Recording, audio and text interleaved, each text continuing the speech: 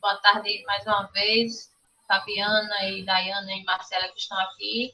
Né, por enquanto, a gente vai aguardando os outros chegarem. A gente vai dar continuidade ao curso hoje, que é sobre os 3 módulos, né, da personalização, do papel do professor e do projeto de vida. Desses 3 módulos a gente vai concluir hoje, para que no próximo encontro e o último encontro a gente consiga terminar os outros 3 módulos. Restante vocês fazem, no caso, Fabiana, a avaliação. E aí você provavelmente vai fazer antes, mas tudo tranquilo. Você tem até o dia 26 pelo site, mas para não esquecer, é bom quando finalizar aqui, né, você já fazer. Ou se quiser finalizar também, não tem importância, porque a gente acompanha também pelo ambiente. Certo. Certo? Provavelmente eu vou responder no final da semana. Pronto, aí tranquilo. Você tem 2 chances, viu? Mas eu não fiz, não, Fabiana. Eu tô dizendo assim porque eu não fiz. Eu queria até ter Mas é feito. tranquilo. Eu já fiz Né? vários cursos dessa plataforma. Esse é o Pronto, 5º ou 6º já, é tranquilo. pronto. A gente tem várias possibilidades, na verdade. Oficiais só são 2, mas tem várias possibilidades. Ah, certo. Então, vamos lá para o modo da personalização, certo? A gente vai entrar, como você já entrou e preencheu, só para a gente fazer uma discussão geral mesmo, né, da personalização. E o objetivo da personalização, eu vou pular essa parte aqui, que você já viu também, Fabiana. E quero só.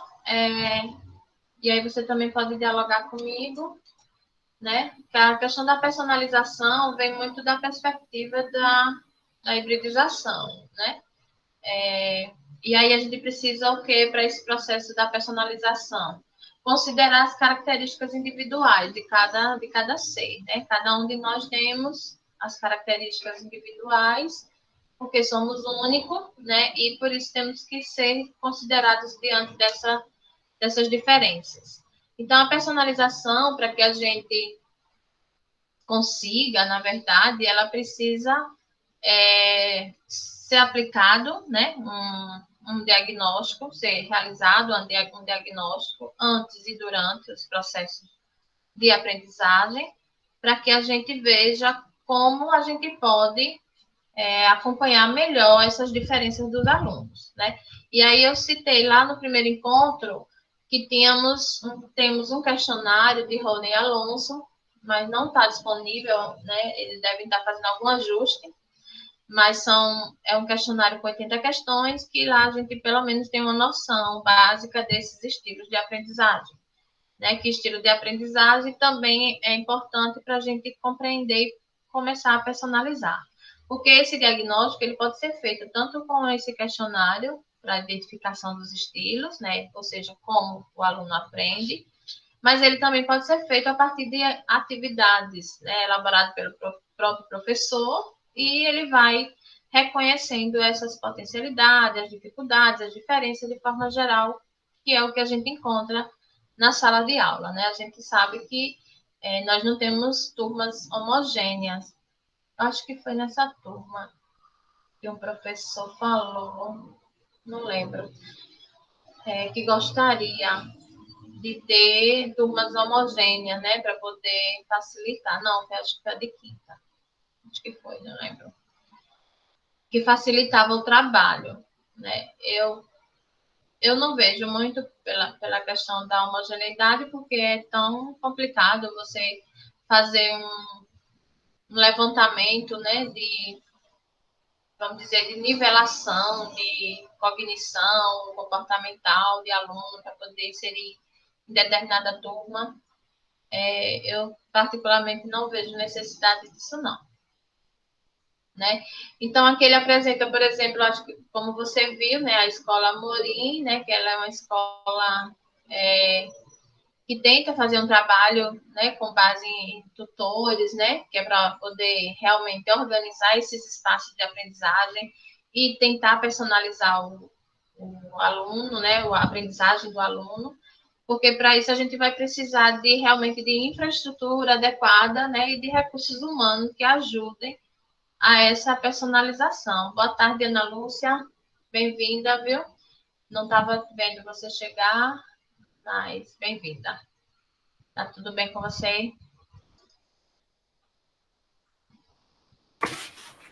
Boa tarde, tudo bem? Que bom. A gente está no início. Você está na plataforma, Ana Lúcia? Sim. Pronto. Então, a gente tá. Eu estou fazendo alguns links, certo? Que a gente vai. Não sei se você já realizou as leituras, você vai acompanhar aqui hoje, Ana Lúcia. Já fiz um pouco de leitura. Pronto. Então, a gente está fazendo. Certo, ótimo. Aí você pode interromper e comentar, certo, Ana Lúcia? Porque eu estou fazendo alguns saltos, mas não deixando de comentar sobre esse aspecto desse módulo que é a personalização. Mas caso vocês tenham alguma coisa diferente, queiram se posicionar, fique à vontade para abrir o microfone e comentar.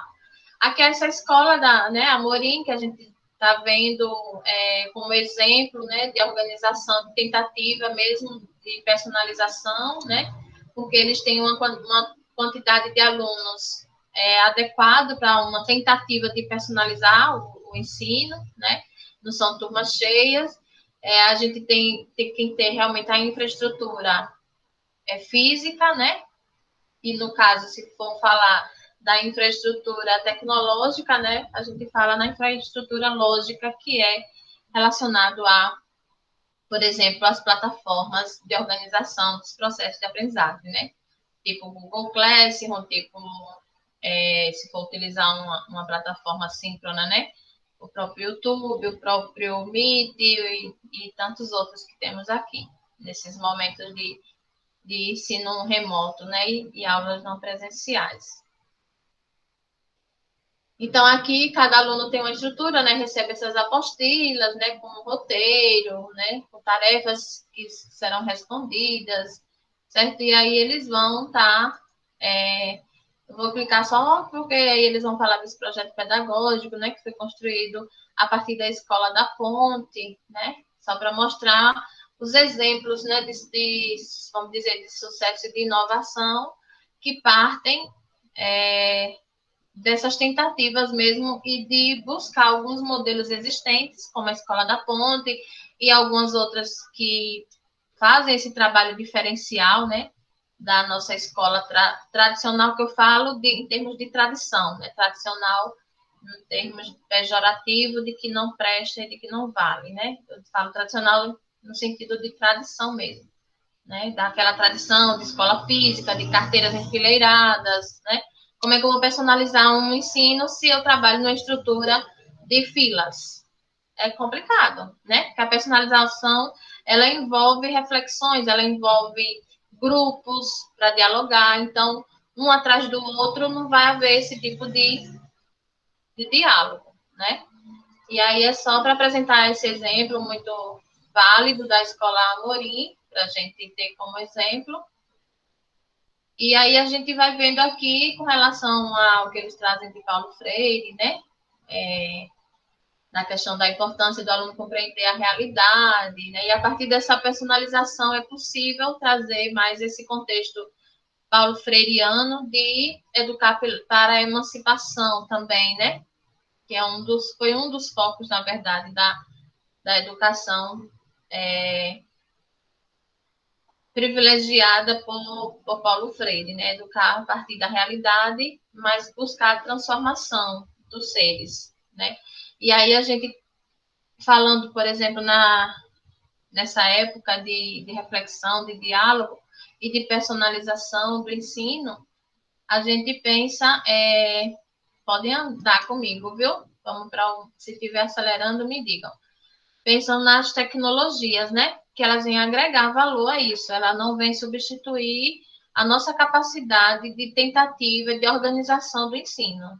Ela não substitui porque nós que pensamos para que ela execute aquilo que a gente queira. Mas ela pronta, feita por nós humanos, ela nos ajuda e nos auxilia na velocidade, por exemplo, na organização mais rápida dessas informações que muitas vezes a gente precisa na sala de aula. Eu não poderia, por exemplo, fazer um levantamento de 80 alunos com relação a estilos, ou muito mais, né?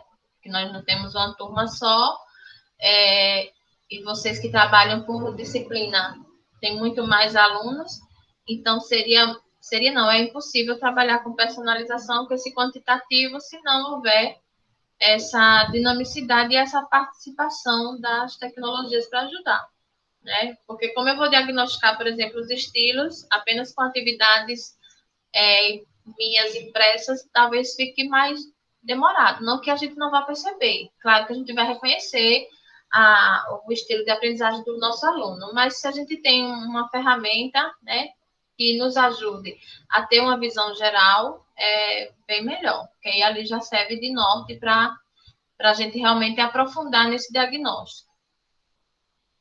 Então, aqui a gente vai ter esses desafios, né, de reinventar para personalizar. Não é tarefa fácil a personalização, porque ela vai requerer esses recursos que a gente já mencionou, mas ela vai requerer muito mais a gente ser ousados mesmo e desafiadores, porque eu vou falar rapidinho do exemplo meu que eu faço, né, na realidade nossa, igual a de vocês, sou professora também da rede.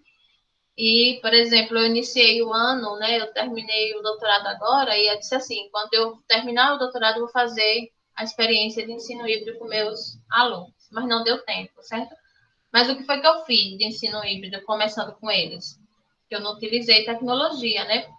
Até ia começar com a maleta, mas foi tudo muito rápido. E aí eu comecei a trabalhar com eles por estações, né? Eu trabalho com estações com meus alunos, eu não trabalho na sala de aula enfileirado. Aí cada um vai justificar o seu não. Eu estou falando do meu exemplo, né?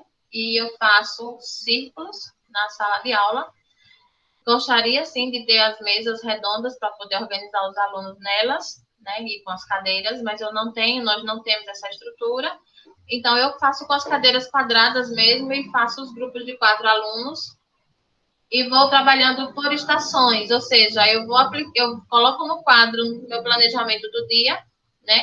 E seleciono lá o que é que eu vou fazer, se eu vou fazer leitura, no meu caso, se eu vou fazer uma atividade de álgebra, se eu vou fazer uma experiência de ciências. Então, se eu tenho essas 3 atividades, eu vou distribuir nas estações. E porque, por exemplo, eu não vou trabalhar muitas coisas durante o dia, né? Então, eu seleciono 2 a 3. Essas 2 a 3, todas as estações vão passar por ela. Então, ninguém vai deixar de fazer. E pela experiência que eu tive, foi pouca, porque foi 1 mês e pouco, né, que a gente fez, que a gente iniciou aqui no estado em fevereiro. Eu sei que o município começou depois, mas no estado a gente começou antes. E aí a gente ficou até o dia 16, né? E deu para fazer esses meses, no caso. 1 mês, né? Quase. 1 mês e pouquinho. Esse trabalho com eles. Eles já estavam acostumados, quando chegavam na sala já faziam as estações, porque sabia que quem ia limpar a sala não ia deixar daquele jeito, lógico, né? E a turma da manhã ia utilizar, não ia usar aqueles grupos. Então, eles mesmos arrumavam, quando eu chegava na sala, eles já estavam com as estações formadas. Porque ali facilitava eu perceber mais rápido as habilidades, né, de cada um. Por exemplo, eu consegui ver em uma semana, ter uma noção geral de como eles se comportavam diante das atividades diversas. Então, ali a gente percebe quem tem habilidade mais com a matemática, por exemplo, quem tem mais habilidade com arte, com ciências, né, com as áreas de conhecimento de forma geral. Então, eu não penso em mudar, né, meu trabalho daqui para frente vai ser assim. Eu sei que alguns alunos, eles são pequenos, mesmo no meu caso, que são do 3º ano, que é apenas 8 anos de idade, mas já tem uma trajetória de trabalhar com fila e de copiar, né, de quadro. Eu não copiei de quadro, né, eles copiam no caderno mesmo. O copiar de quadro eram algumas coisas que eu trazia para que eles fossem desenvolvendo lá nos cadernos dele, mas não era de fazer dever, né? Passar alguns momentos maiores do que a gente já não tem tanto momento com eles e ficar escrevendo coisa, né? Já que a gente tem um material que pode ser disponibilizado.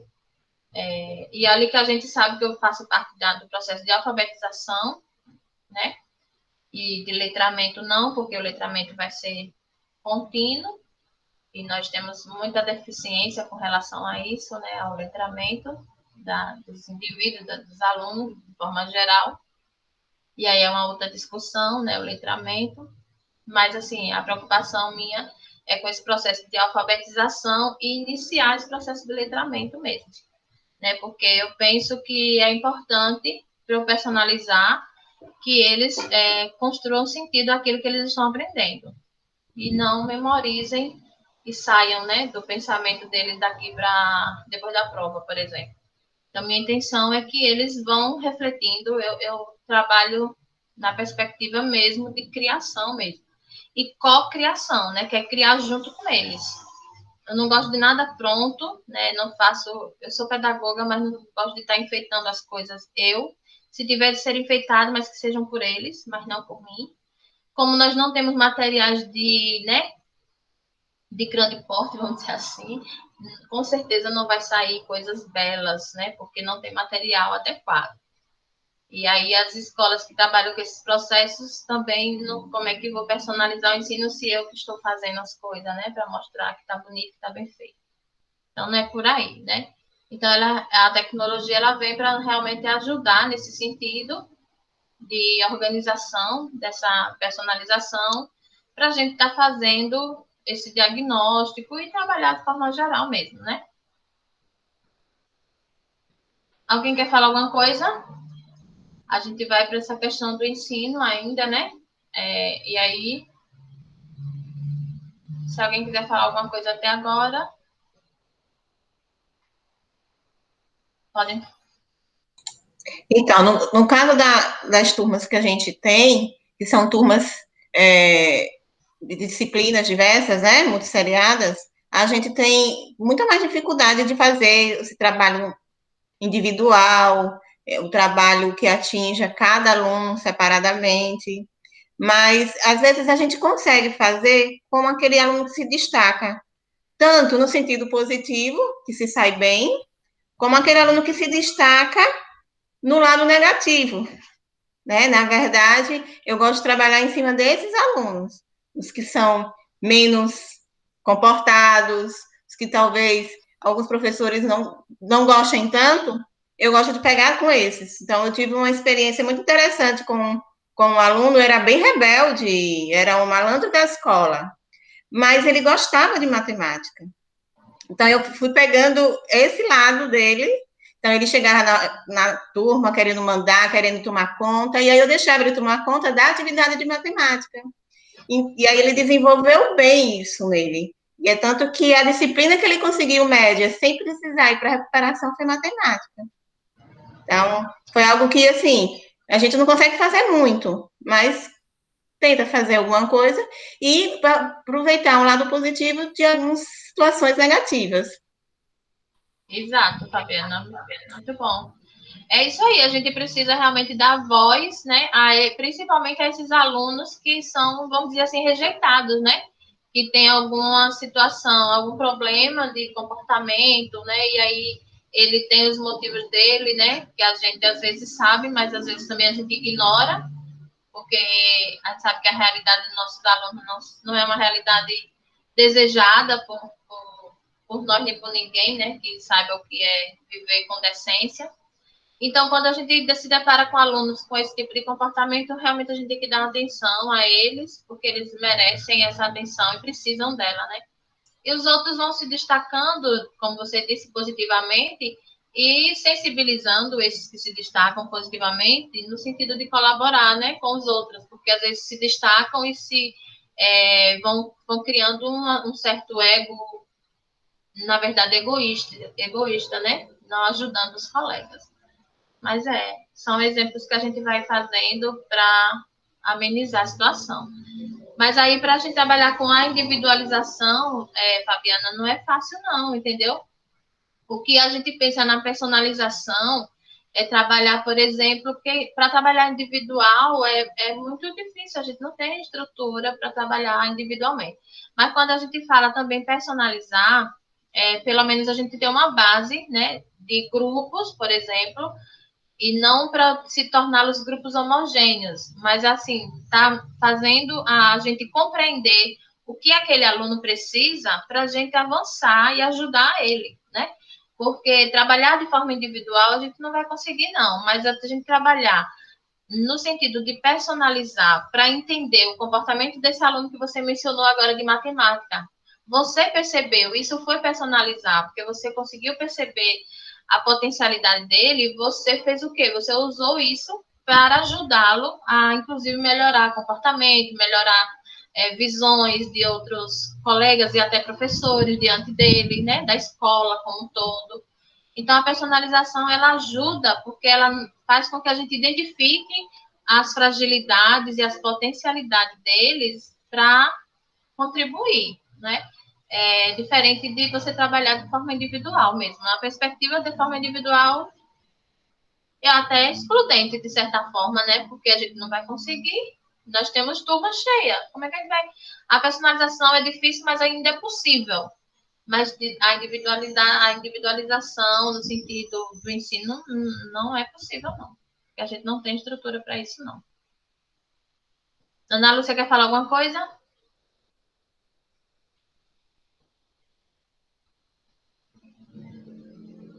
Pode escrever também se não quiser falar. Mas fica à vontade, só temos nós. Pode falar, Ana Lúcia. Não, Sheila, agora, no momento não, você já falou. Está contemplada, né? Sim, sim. Então, vamos a essa questão do... quando fala da personalização do ensino e da aprendizagem, lembrar das nossas características do professor, né? Do papel do professor. Porque a gente sabe que a formação continuada nossa ela é importante para que a gente consiga essa personalização. Porque para personalizar, a gente precisa entender o que é personalização, quais instrumentos a gente pode trabalhar, né, para personalizar, e a infraestrutura. Né? Então, são dois pontos primordiais nesse processo de personalizar o ensino, que é a infraestrutura e a formação nossa, né, sobre isso. Porque muitas vezes, a gente pensa que a gente não, eu acredito que nenhum de nós pensamos que sabe, né? Mas eu não sei o que é a motivação, sabe? Da maior parte dos professores em não querer a formação continuada. Algumas coisas eu sei, imagino que seja. É uma carga horária, essa daí eu já sei, né? A gente tem uma carga horária que ultrapassa nossos limites de condição de trabalho mesmo, e aí quando vem para a formação continuada, a gente não aguenta de cansaço, né? Mas, assim, vamos partir do princípio que a gente está em um momento que a gente está trabalhando muito, mas não estou falando nem do momento da pandemia. Mas imaginemos que nós temos uma carga horária realmente idealizada, né? Se a gente tivesse aquela carga horária, como eu sempre comento, né? Uma carga horária de um turno, e no outro turno a gente iria trabalhar isso, né? Trabalhar a formação, trabalhar nossas atividades bem elaboradas, né? Organizar nossos projetos de forma mais didática para apresentar para os alunos, com certeza nós teríamos avançado muito mais, né? A gente teria avançado na educação, de forma geral. Mas a nossa formação continuada, mesmo com os atropelos nossos de cansaço, né? Porque a gente sabe da nossa realidade de trabalho, a gente faz. Alguns momentos por obrigação, né? E outros não, porque a gente vê a necessidade mesmo de estar conhecendo, né? Às vezes vai ser a mesma coisa, mas às vezes não, às vezes agrega alguma coisa que é importante, né? Eu costumo dizer para mim mesma que todo curso de formação continuada que eu me proponho a fazer, eu tenho algum ganho, né? Nem que seja mínimo, mas eu tenho algum ganho. Seja o ganho de discussão, seja um ganho que minha colega falou de uma experiência dela que eu achei bacana e eu vou experimentar, entendeu? Eu penso assim, né? E aí é importante a gente enfatizar, para a gente não perder o foco da formação continuada, justificando um outro problema que é nosso, né, que é da nossa categoria mesmo de professor, que é a nossa carga horária pesada, né, para o nosso bom aproveitamento, na verdade. Então, a gente sabe disso, vocês também. Mas a gente também tem consciência que a nossa formação, não só inicial, mas a continuada, ela é importante. Assim como a infraestrutura, né, da escola, e depois vem todos os contextos, né, contexto social dos alunos, tudo isso, né, que a gente sabe que interfere bastante. Então, eu vou ler essa situação problema, né, como talvez vocês já tenham visto, mas vamos aqui relatar rapidinho, né, que foi... Sheila, com licença. Eu vou dar uma saída, viu, Sheila? Muito obrigada, viu? Obrigada a você, Fabiana. Tchau, Então, então. Bom tchau, trabalho. Bruna. Obrigada. Aí, Ana Lúcia, por exemplo, você leu essa situação problema? Eu vou... Porque se você leu, eu só vou explicar. Mesmo que você não tenha lido, eu não vou ler. Eu vou explicar como é que foi a situação problema, certo? A gente tem aqui um aluno, né? Tem a professora, com a turma de 30 alunos. E esse aluno do Haiti, ele chegou, né, ao Brasil e ficou nessa escola, né, por algum tempo, lógico, a gente não sabe até quando, mas pela simulação aqui, a situação, ele ficou na escola e a professora se viu sem saber o que fazer com relação a essa diferença desse aluno, né? Então, ela refletiu, né? Como é que eu vou vencer essa barreira da língua, né? Já que ele era haitiano e meus alunos falam português. Como eu vou envolver esse aluno e permitir que ele se relacione com os outros, assim como os outros se relacionam com eles, né? Aí ela utilizou essas estações, né? Ela pensou, né? Vou utilizar estações e um projeto didático para colaborar e atingir essa meta da escola, que é, no caso, a aprendizagem dos alunos, né? Então, ela disse que estratégias eu devo utilizar em sala para potencializar o aluno Anderson, que é o haitiano. Então, a estratégia ela adotou foi da personalização, mesmo no contexto, né, para potencializar essa aprendizagem. Aqui ela organizou em estações, daí ela chamou de ilhas, né? Eu trabalho com estações, ela chamou de ilhas, mas tudo bem, dá no mesmo, que são pontos, né? São locais diferentes. Eu trabalho estações dentro da sala de aula apenas, porque eu não tenho um tutor, né? Eu não tenho uma pessoa que fique em outro local com meus alunos. Se eu tivesse, seria o ideal, né? Eu estar colocando alguns alunos, por exemplo, na biblioteca, outros alunos na horta, se tiver, outros alunos no laboratório de ciências ou de informática, né, ou de línguas. Então, isso vai depender muito mesmo da infraestrutura. Mas o que a gente tem em sala de aula, a gente também pode trabalhar estações na sala de aula. Ou seja, trazer as coisas para a nossa sala, né? Eu não posso levá-los para a biblioteca, mas eu posso trazer parte da biblioteca, vamos dizer assim, né? Vamos dizer, alguns livros para o aluno, para uma determinada estação. Então, ela trabalhou com esse tema, né, do circo, que ela é professora de arte, né, e aí ela conseguiu, né, maximizar essas trocas a partir dessas ilhas, que ela chama, para poder esse aluno haitiano se comunicar com os brasileiros, no caso, né. Então, ela disse que teve essa ampliação, né, constatou essa felicidade, né, ou essa facilidade nesse formato de aula, né? E ela conseguiu realmente ter o envolvimento dos alunos como um todo a partir dessa troca, né? De colocá-los frente a frente. E com o passar do tempo, com certeza, eles vão agregando, né? Aqui, Ana Lúcia, na verdade, é uma apresentação, né, dessa entrevista. Eu vou passar para a gente ouvir. Veja se está ouvindo, por favor.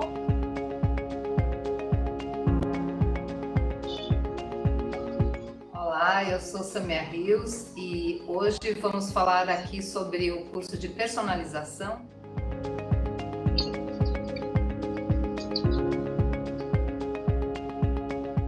Eu quero apresentar o professor Andrés Reis. Por favor, Andrés, se apresente um pouquinho para os nossos cursistas. Olá, tudo bem? Eu sou Andrés Reis, professor de História originalmente.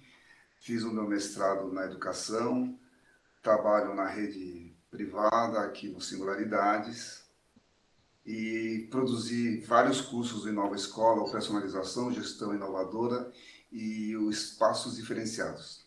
Você pode falar um pouquinho sobre o curso de personalização, Andrés? Um dos grandes objetivos das pedagogias ativas é você olhar para esse aluno na sua individualidade, na sua singularidade. Porque ele rompe um pouco com aquele modelo de escola que olha para o estudante de uma forma padronizada, né? Onde o professor leciona, ele ensina, ele faz as atividades e os alunos, de forma passiva ficam ouvindo o que o professor diz. Então, fica uma educação reprodutora. O professor ensina e o aluno vai lá e aprende.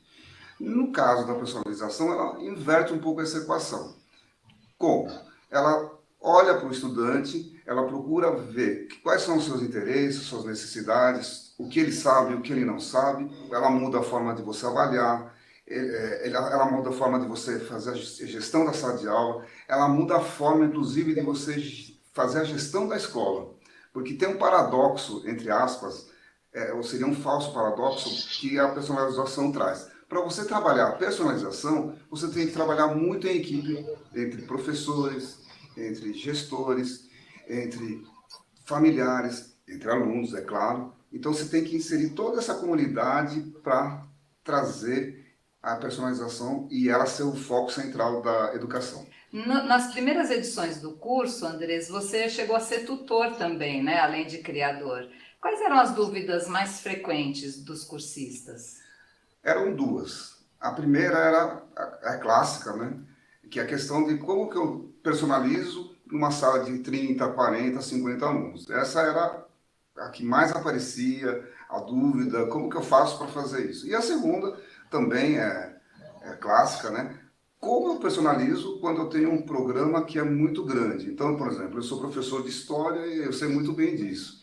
Eu tenho que, pelo currículo, vamos dizer assim, oficial, eu tenho que trabalhar da pré-história até o século XXI. Então, como que eu faço para me aproximar de um estudante que tem um monte de colegas na sala e com um conteúdo que é gigantesco? Então, essas são as duas principais dúvidas. Essa era até uma pergunta que eu ia fazer para você, né? Se você acredita que a personalização é um caminho para minimizar esse problema do professor, de ter muito conteúdo, né? E como administrar isso? Tanto conteúdo para ser ministrado e poder olhar para o aluno na sua singularidade, né? E sanar as dúvidas. Eu acho que a personalização ajuda bastante, né? A você olhar esse aluno de uma forma mais individualizada. Como? Você precisa pensar que você tem uma temática, você não precisa necessariamente todo mundo passar pelo mesmo caminho, então você pode montar, por exemplo, um projeto de trabalho onde você pode apresentar vários temas para eles e eles irem escolhendo esses temas segundo as suas necessidades. Então, isso é uma forma de um pequeno grupo fazer um trabalho e seguir uma trilha mais individualizada. Um outro seria os itinerários formativos. Então, você apresenta para ele um leque de atividades, eles vão escolhendo esses caminhos e aí eles vão seguindo suas trilhas, suas necessidades. Claro, por que isso é bom? Porque ao fazer um trabalho sozinho, você vai circulando pela sala, você vai conversando com os meninos, com as meninas, você vai falando, olha, é isso, as dúvidas, as sugestões de leitura, sugestões de vídeo, e aí o trabalho fica mais próximo. Uhum. Então, esse trabalho com projetos, né, movido pelo interesse dos alunos, é um bom exemplo, né, de personalização.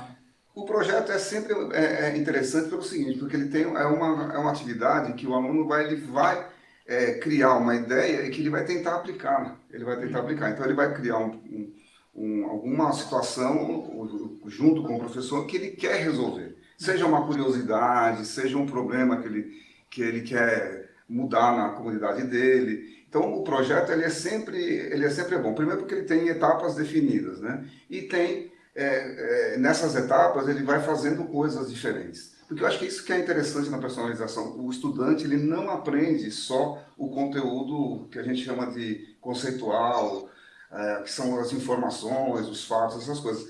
Na personalização, ele aprende também ferramentas, ou como se chama a partir da BNCC, a questão das habilidades de aprendizagem. Então, ele aprende a pesquisar, ele aprende a fazer uma comunicação, e isso acaba sendo interessante.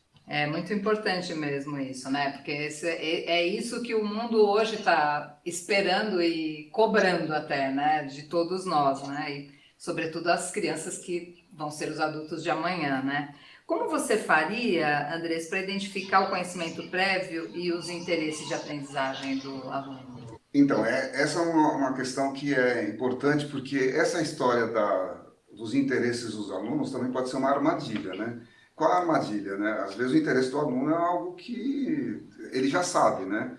Porque a gente sabe que, às vezes, o conhecimento, esse sair de um conhecimento que você sabe pouco e para agregar, pode cair na armadilha de quê? De você achar que querer trilhar um caminho que você já se sente mais seguro. Então, eu acho que o mais importante num projeto como esse é você fazer uma atividade inicial que seja muito potente. Quer dizer, não pode ser uma atividade que você fala, hoje a gente vai estudar a Revolução Francesa e o que vocês sabem disso? Você pode criar uma situação de aprendizagem onde você envolva os estudantes, em primeiro lugar, e crie situações onde eles vão ter dúvidas. Se eles resolverem tudo naquela atividade inicial, acabou o trabalho. Então, tem que criar dúvidas. E essas dúvidas não podem ser assim, qual era o nome da rainha que foi guilhotinada? Ela tem que ser uma coisa assim, quais são os processos, por que isso é importante hoje? Então, e aí criando essas dificuldades, você vai saber o que eles sabem do assunto, quais são os procedimentos de pesquisa e, é claro, vamos dizer assim, com uma boa atividade inicial, você vai tentar engajá-los para que eles criem esses itinerários. E aí você vai auxiliando a eles a fazer isso. Então, a atividade inicial é muito importante, ela tem que ser muito potente, não dá para ser uma atividade qualquer. Isso em qualquer conteúdo, componente curricular. Aliás, é interessante também, para personalizar e fazer essas atividades, às vezes você trabalhar interdisciplinarmente com os colegas, né? Você pode trabalhar com outro colega e fazer uma atividade inicial conjunta. Então, e aí, usando uma outra ideia que é trabalhada nesses cursos do Inova Escola, que é a questão de usar em outro espaço. Então, a atividade inicial pode ser no auditório, pode ser na biblioteca, pode ser no pátio. Ela não precisa ser na sala de aula. E é interessante que, no final dessa atividade inicial, essas dúvidas, tudo que você foi discutido, fique registrado em algum lugar para começar um trabalho que seja potente. Nossa, é um prazer conversar com um educador tão experiente como você. Para mim é um prazer e acredito que para os cursistas também. Bom. Então, Ana Lúcia, aí a gente vai... Você tem algum comentário para falar? Porque ele faz uma retrospectiva, né, da experiência dele, de trabalhar com a personalização. Mas se alguém quiser falar alguma coisa, senão a gente passa para o próximo módulo, que é o papel do professor.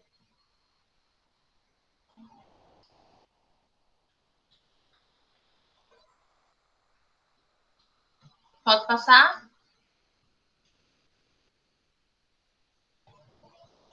Então, vamos lá. Olha, aí não sei se você conseguiu ver suas bolinhas preenchidas, Ana Lúcia. Já estão preenchidas?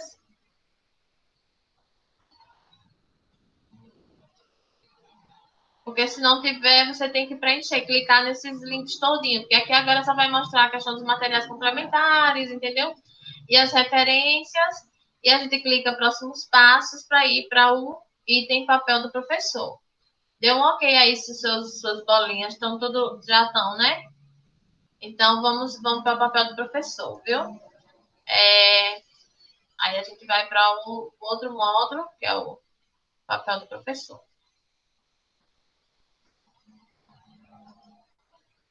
Então, no papel do professor, né, a gente vai...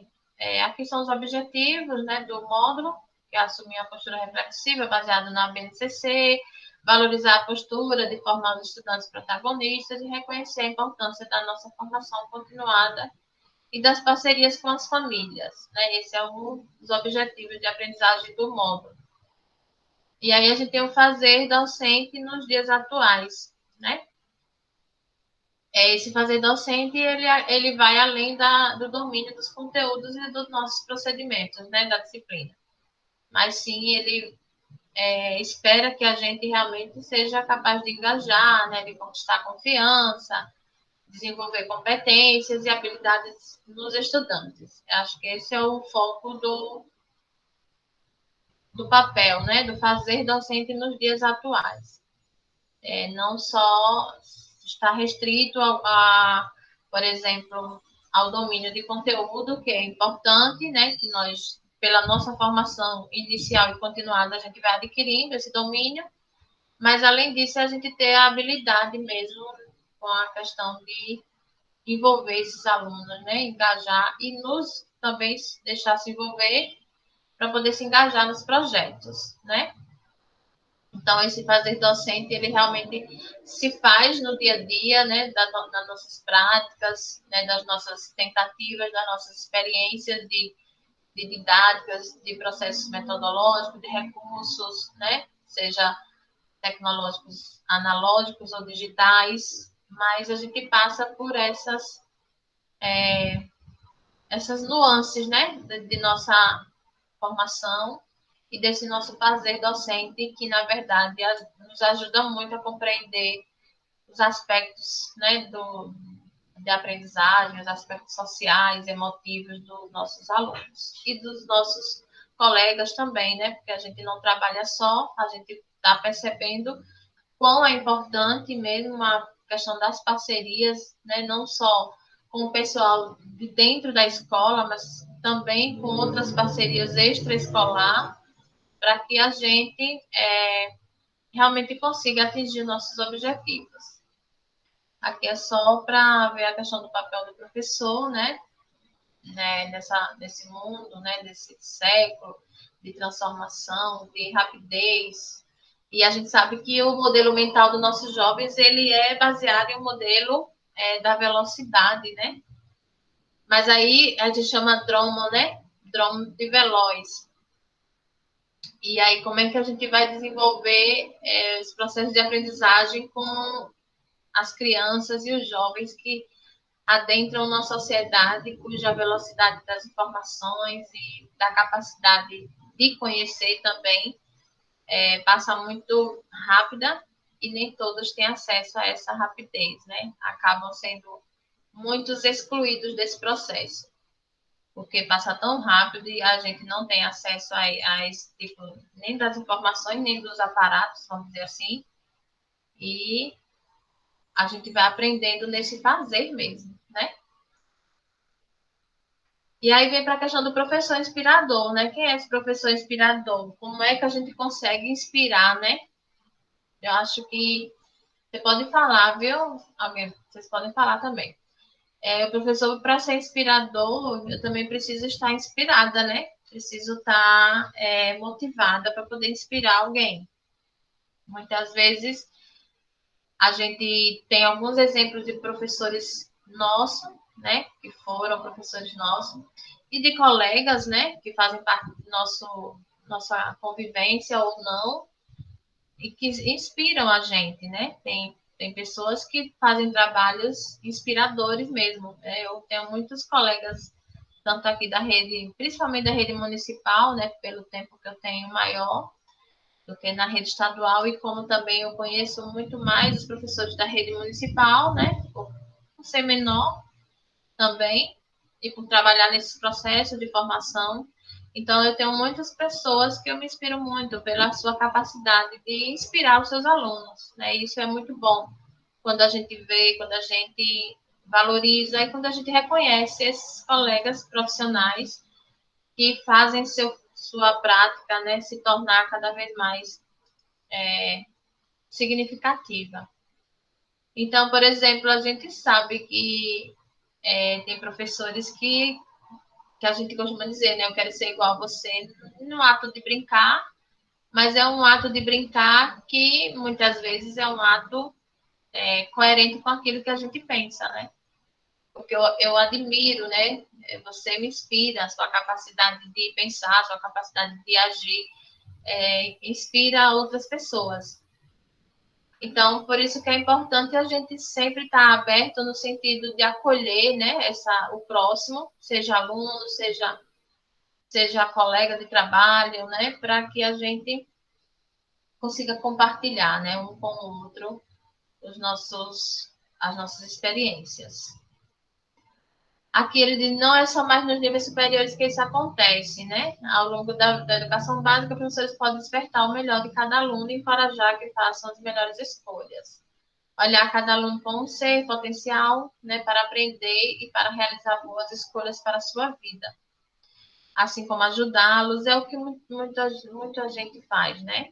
A gente tenta fazer o máximo que a gente pode para poder tornar esses jovens sonhadores, mas um sonhador com a certeza, né, de que pode alcançar aquele sonho, né? Idealizar mesmo. Isso faz parte da nossa existência, né? Se a gente para de sonhar, a gente para de existir. Então, é importante a gente estar fazendo esse papel, né, de inspiração. Aqui, por exemplo, quando o Mondo vai nos apresentar, e aí a gente, para desenvolver essa competência para melhorar, né, de vida em sociedade, esse item aqui, ele vai trazer para a gente a base nacional, né, que traz essa mudança importante sobre a questão da ênfase do ensino de conteúdos, né, prioridade da escola antiga, né, e esse novo documento, ele traz essas 10 competências, né, a BNCC traz as 10 competências gerais para que os estudantes se desenvolvam durante os anos da educação básica e privilegie o trabalho orientado por essas competências. E aqui, eu gosto de trazer essa definição das competências para a gente refletir sobre ela, né? Está no início do documento, né? E aí define a competência como a mobilização de conhecimentos, conceitos e procedimentos, habilidades, que são as práticas cognitivas e socioemocionais, atitudes e valores para resolver demandas complexas da vida cotidiana, do pleno exercício da cidadania e do mundo do trabalho. Então, essa definição de competência, ela é muito ampla, né? E por ser ampla, a gente precisa realmente, cada vez mais, ter o chamado conhecimento a partir da complexidade, né? O conhecimento que a gente costuma também mencionar, que é o conhecimento mais global, né? Baseado nessa questão da complexidade. Mas que ele não é fácil, né? De a gente adquirir, porque o conhecimento é complexo por natureza e as mudanças sociais, elas provocam, inclusive, a mobilização desses conhecimentos. Então, se a gente não for, por exemplo, dromoaptos, né, veloz na aptidão, a gente não consegue nem 10% da capacidade do conhecimento complexo, né?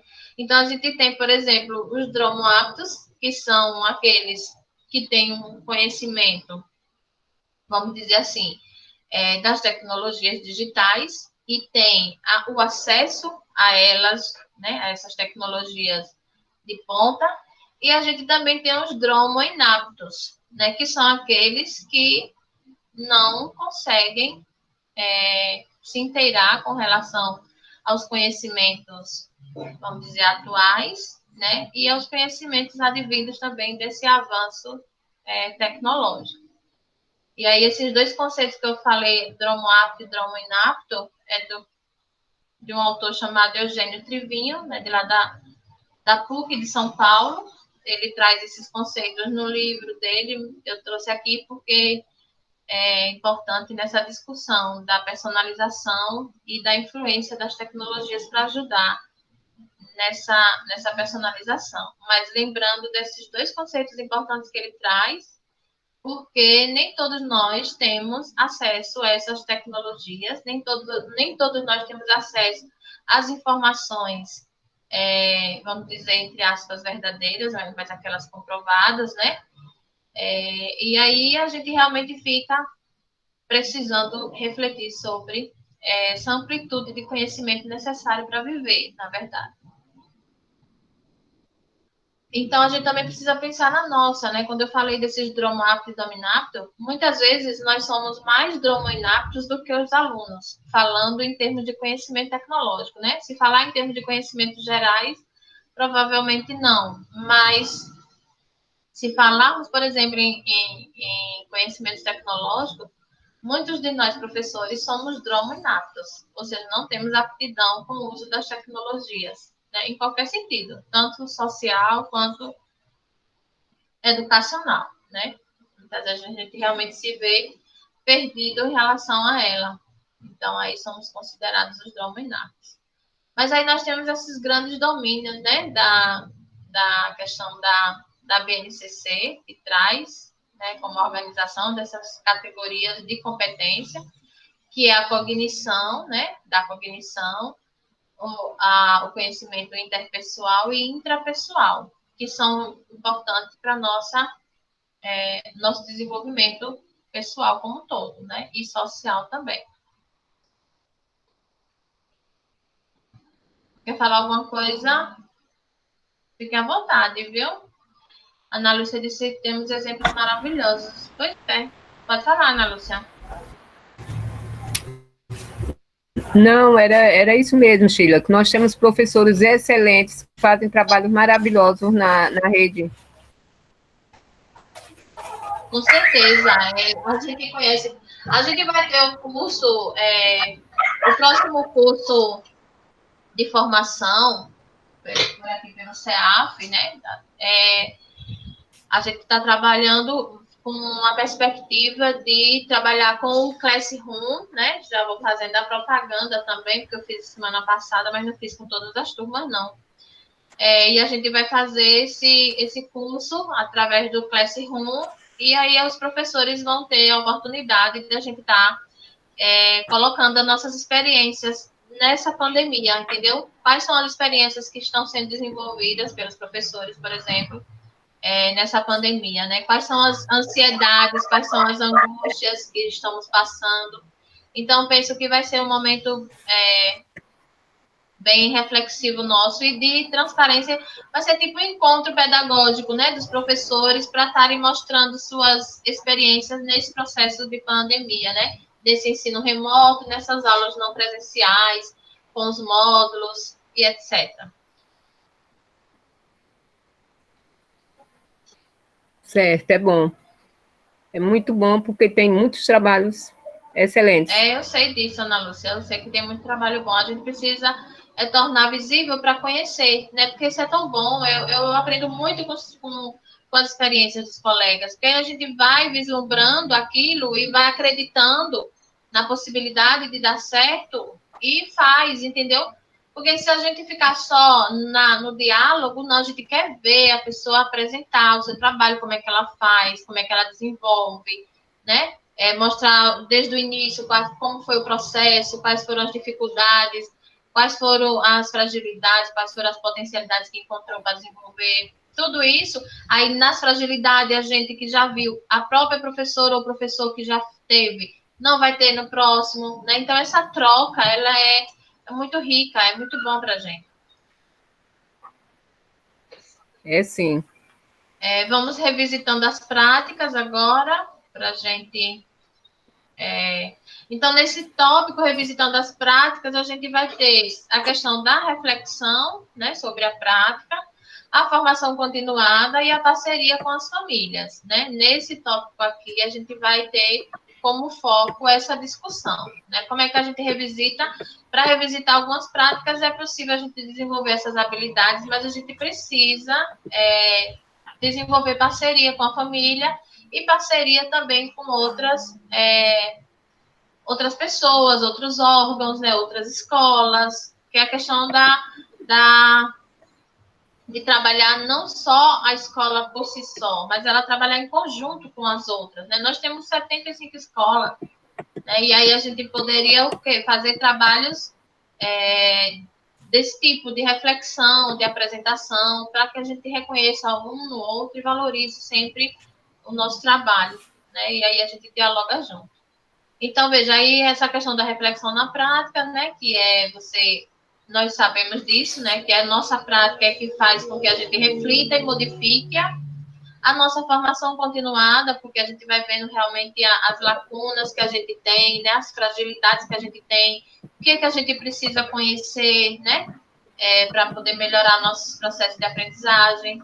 E a parceria com a família, porque aqui a gente vai ver, nessa situação problema agora, uma situação dessa, de parceria com a família, de dificuldade de ter, inclusive, essa parceria com a família, né? E como a gente consegue trazer essa família para fazer parte da vida escolar, né? Dos nossos alunos e dos filhos. Então, veja, aqui a gente vai ver agora algumas questões que ele traz para melhorar essa inserção, né?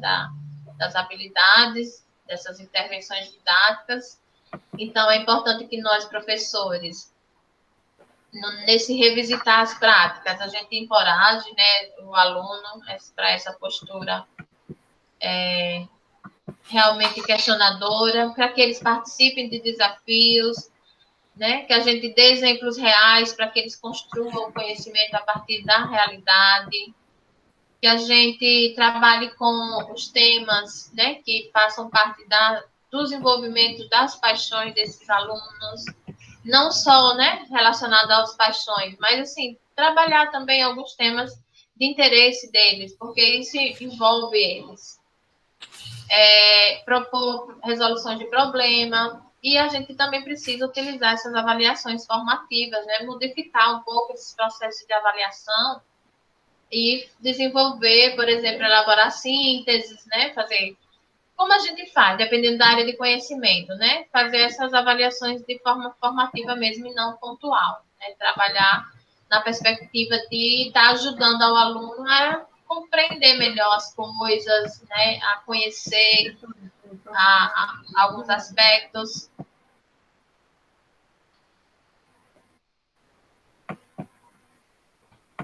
Vamos ver a situação problema, certo? Que a situação problema é da professora que tem uma turma, todas nós temos, né? Turmas grandes e tal, e ela fez uma avaliação no bimestre e deu esses resultados aqui, certo? 15% da turma tem um desempenho bom, né, com 8, a nota 8, 35 tem um desempenho mediano, com nota 6, 20 da turma está abaixo de 6 e 30% está abaixo de 5. Aí foi um problema nessa turma da professora.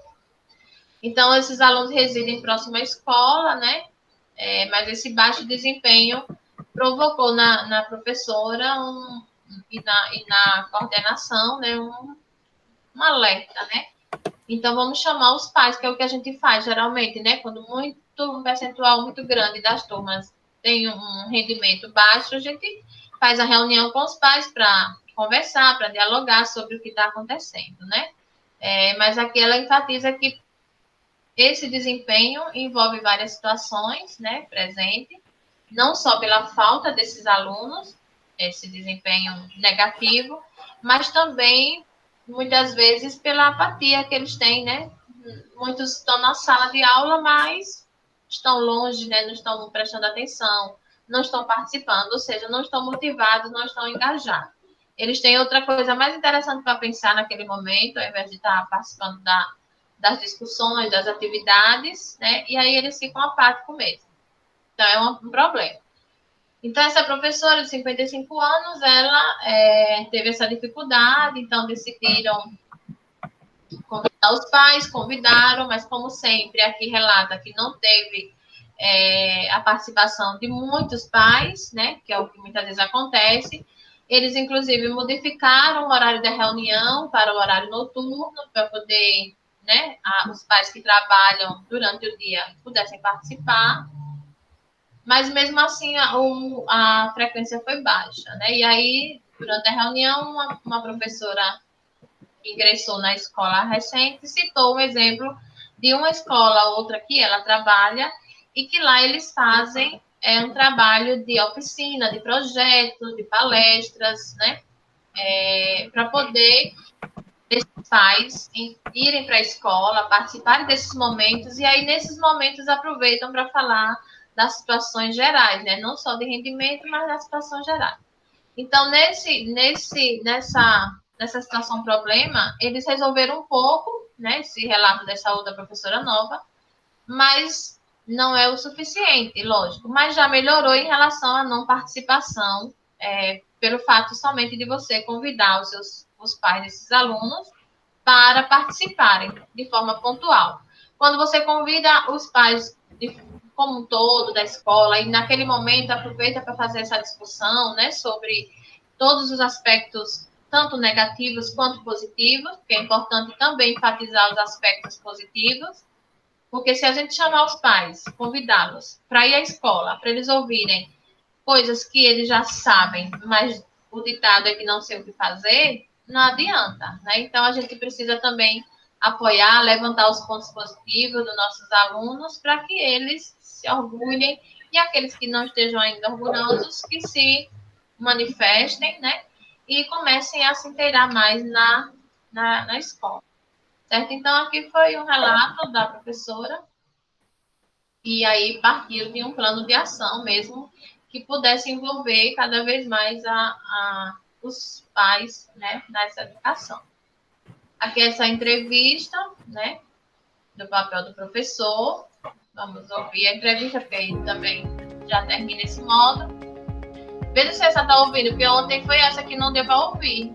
Olá, professor. Olá, professora. Eu sou a professora Denise Rampazzo e estou Dá para ouvir, aqui para Sheila, agora. conversar um pouco com vocês a respeito do curso O Papel do Professor.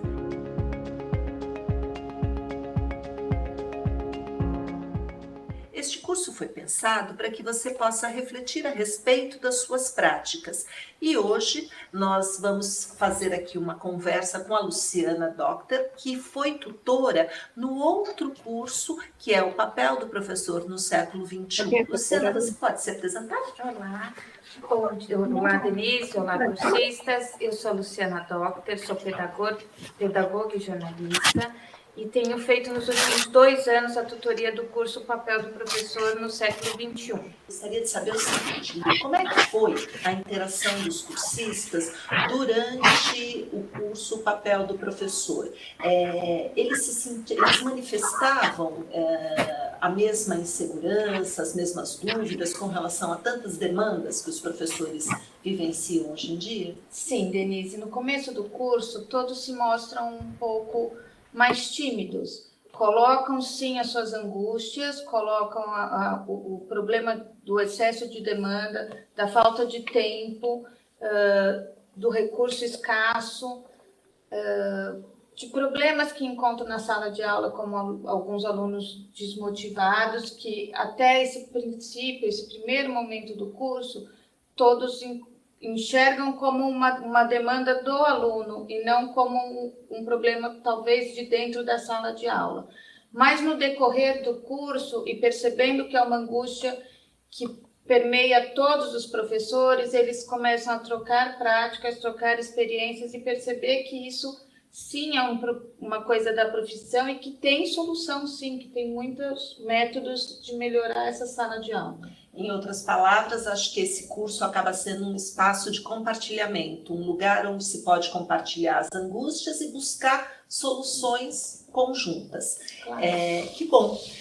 A outra pergunta que eu gostaria que você contasse para mim e para as pessoas que estão assistindo o curso Papel do Professor, ele fala sobre a importância da participação da família. No entanto, é conhecido de todo mundo que a participação da família nem sempre é aquela desejada. Então, eu gostaria que você contasse um pouco como é que os cursistas reagem a este módulo específico, se eles dão exemplos de como é esta participação. Enfim, gostaria de ouvir como é que os cursistas lidam com esse tema.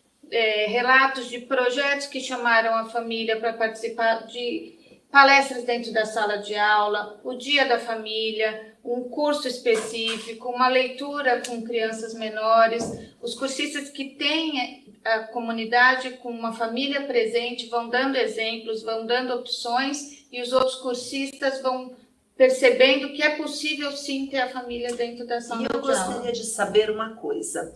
Há diferenças entre as escolas que estão nas grandes cidades e as escolas que estão nos pequenos municípios? Ou este é um drama que está em todas as escolas? Como trazer a família para mais perto, como fazer da família uma parceira nesse processo de educação das crianças? É um drama de todas as escolas, não interessa se está no meio rural, se são escolas pequenas, cidades pequenas ou nos grandes centros como São Paulo.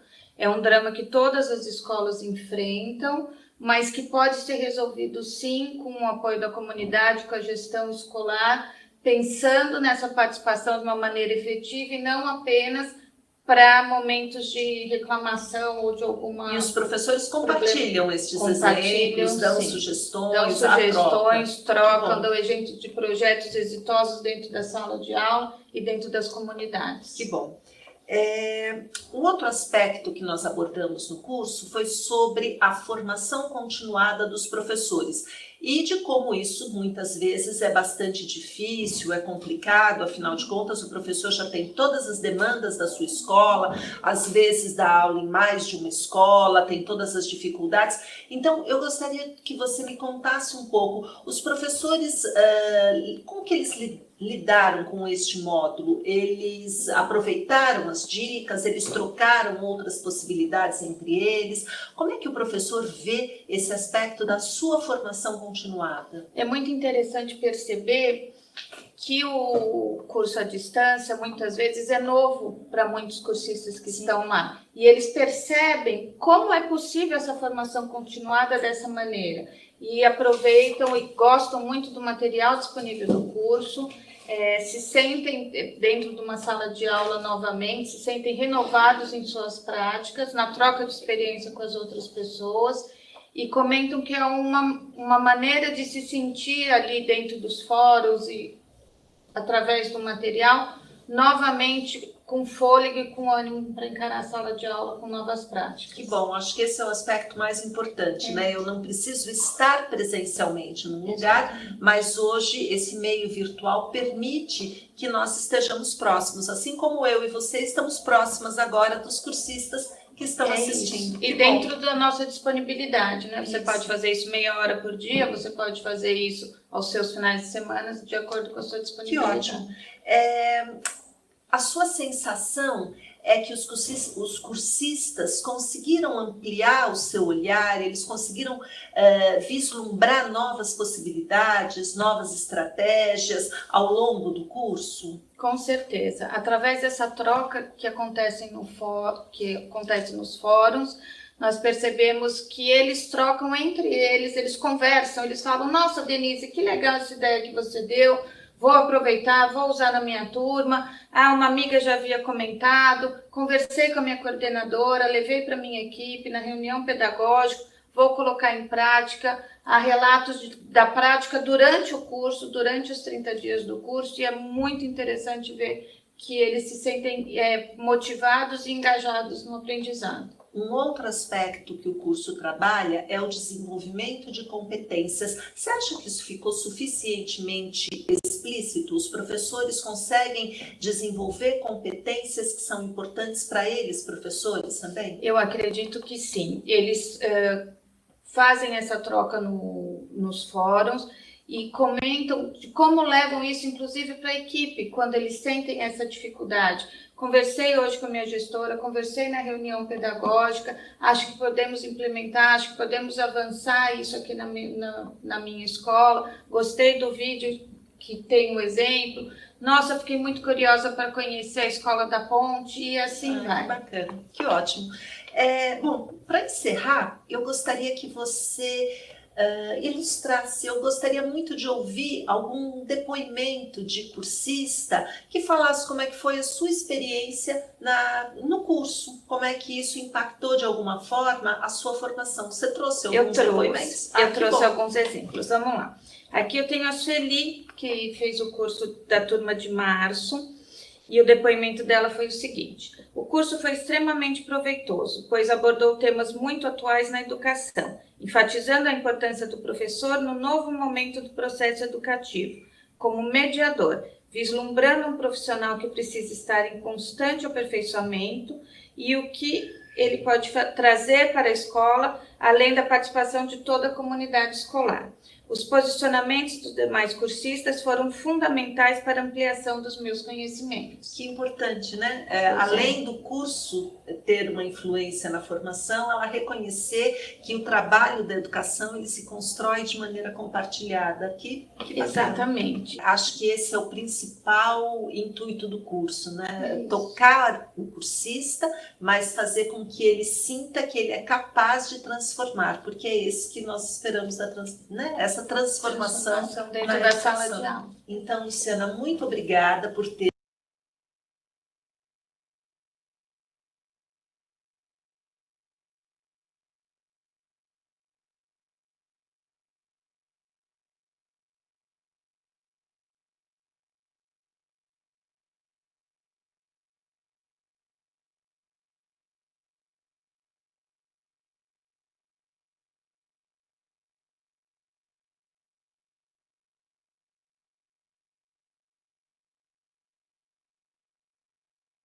Você está sem áudio, Sheila. Obrigada, Daiane. Desculpe, eu fui passando, mas aí eu acho que vocês também conseguiram ir passando, porque ali ele fala sobre, né, a percepção dos cursistas diante do módulo do papel do professor, e a gente vai para o último módulo, que é projeto de vida. Ana Lúcia, não sei se você é da rede estadual. Você é da rede estadual? Só eu estou lhe perguntando porque eu vou comentar sobre esse projeto de vida, né? Tá me ouvindo, Ana Lúcia? Não, né? Tá. Então, nesse módulo, entendi. Nesse módulo projeto de vida, a gente vai... Ele é curto, mas assim, eu perguntei se você era do Estado, porque o projeto de vida, ele é uma competência da BNCC, né? Está em duas competências lá, na 6 e na 8. E a gente vai trabalhar, aqui a gente trabalha na rede estadual como disciplina, né? Além de competência, a gente trabalha como disciplina. Então, na competência 6, está lá o projeto de vida, e na competência 8 da BNCC tem o autoconhecimento e autocuidado, né? Então, tudo envolvendo a questão da questão da identidade, dos valores, né? E de se cuidar mesmo, né? Para se projetar na vida e se manter, né? Na vida. Então, aqui pergunta, como os jovens encontram seu projeto de vida? O que inspira esses jovens hoje? O que acontece quando eles são incapazes de encontrar uma causa para se devotar? Né? Então, nessas questões, a gente reflete sobre a importância dessa competência, né? Projeto de vida, lógico. E aí também eu estou enfatizando a disciplina, porque, de certa forma, ela nos envolve, né? Para trabalhar com projeto de vida, porque eu não conhecia, e aí eu fiz um curso também, porque o Estado tem uma parceria com o SEBRAE para trabalhar esse curso, projeto de vida e empreendedorismo. Então, aí o curso ele aborda algumas coisas que são realmente importantes para a gente estar trabalhando com esses jovens, né? E aí a gente começa na educação fundamental mesmo, das séries iniciais, dos anos iniciais, certo? A gente trabalhar com essa perspectiva de o aluno ter sonhos, né? Ter projetos de vida, se entender como ser, né, importante na sociedade, como ser capaz também de transformar, certo? Aqui a gente pode seguir, viu? Vamos lá eu já falei, nem passei, mas vocês fiquem atentos aí para chamar. Né, o que chamamos projeto de vida, está aqui nessa representação, né? Na verdade, é o que dá sentido, né? A vida, é projetar algo para você viver, né? Então, ele dá sentido e faz parte da nossa existência mesmo, né? Projetar algo não só para o presente, mas também para o futuro. E não ficar com o discurso de estude para quando crescer ser gente, né? Isso não existe, é um discurso equivocado, né? E precisa realmente ser abolido, né? Mas ainda tem alguns discursos desses, principalmente nas famílias, né? estude para ser alguém na vida, né? Como se ele não fosse ninguém na vida. Nós somos, sim, desde quando nascemos. Mas a gente precisa, inclusive, por saber disso, que somos alguém na vida, a gente precisa ter desejos de fazer essa diferença no mundo e desejar aquilo que a gente pensa ser importante para nós, né? Que cada um de nós vamos ter nossos sonhos, nossos desejos. Então, é nessa perspectiva de torná-los seres, indivíduos capazes de se transformarem a si e aos outros, né?